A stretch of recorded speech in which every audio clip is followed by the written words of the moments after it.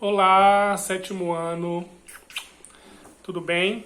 Vamos para a nossa última aula de ciências, tá bom? Desse bimestre, claro. Não fiquem em clima de despedida, porque na terça-feira a gente volta com aula normal, só que com a apostila do segundo bimestre, tá bom? Esse assunto bem tranquilo. Na pauta da aula passada eu passei então as atividades da página 36 até a página 44. Pedi para que vocês fizessem todas essas atividades no intervalo, tá bom? Quem não fez, faz. Lembrando que essa semana nós professores vamos recolher as apostilas de vocês e a gente vai corrigir essas atividades, ver quem fez durante esse período e todas essas atividades vão contar nota, tá bom? Então nós vamos somar a média da prova mensal com essas atividades para compor a nota de vocês do primeiro bimestre. Então, quem não fez, por favor, já deveria ter feito, mas ainda tem a última oportunidade de correr atrás do tempo perdido e preencher, porque é o que eu sempre falo na sala de aula para vocês.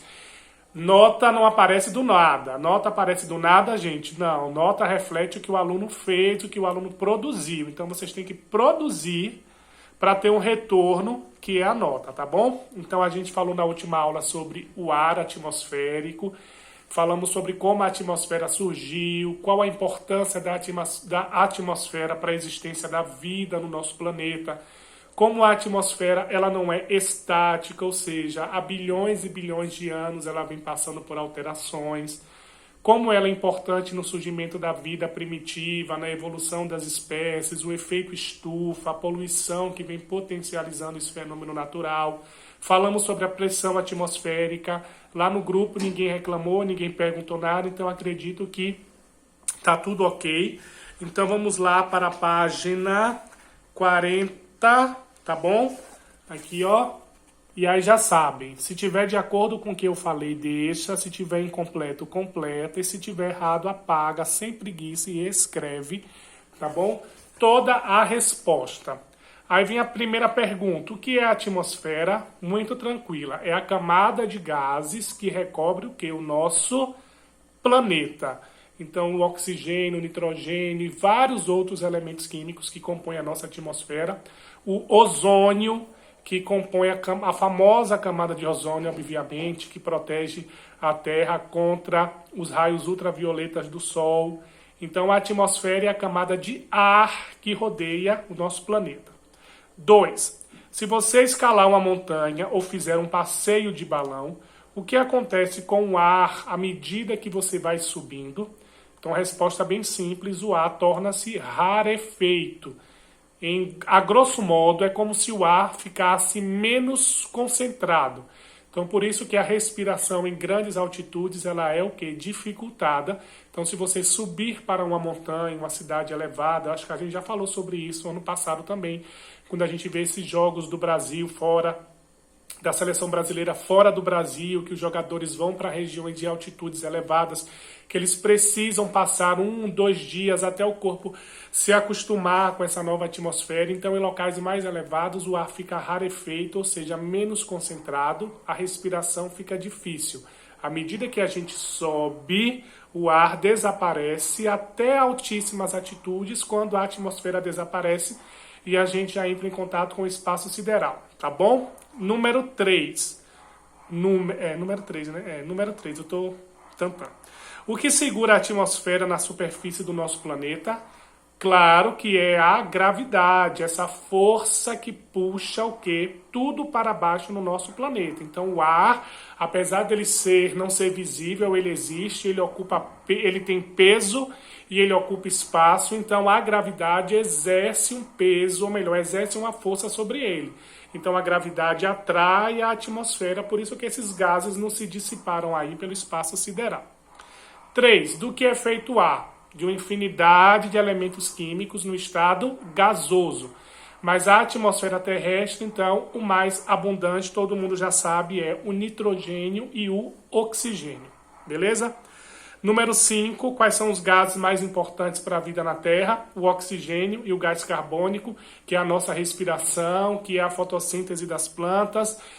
O ozônio também pode ser mencionado, porque se a Terra recebesse a radiação intensa do Sol, com certeza não existiria as formas de vida, inclusive a nossa. Então, esses três aí podem ser citados na resposta. E de onde vêm os gases que formam a atmosfera?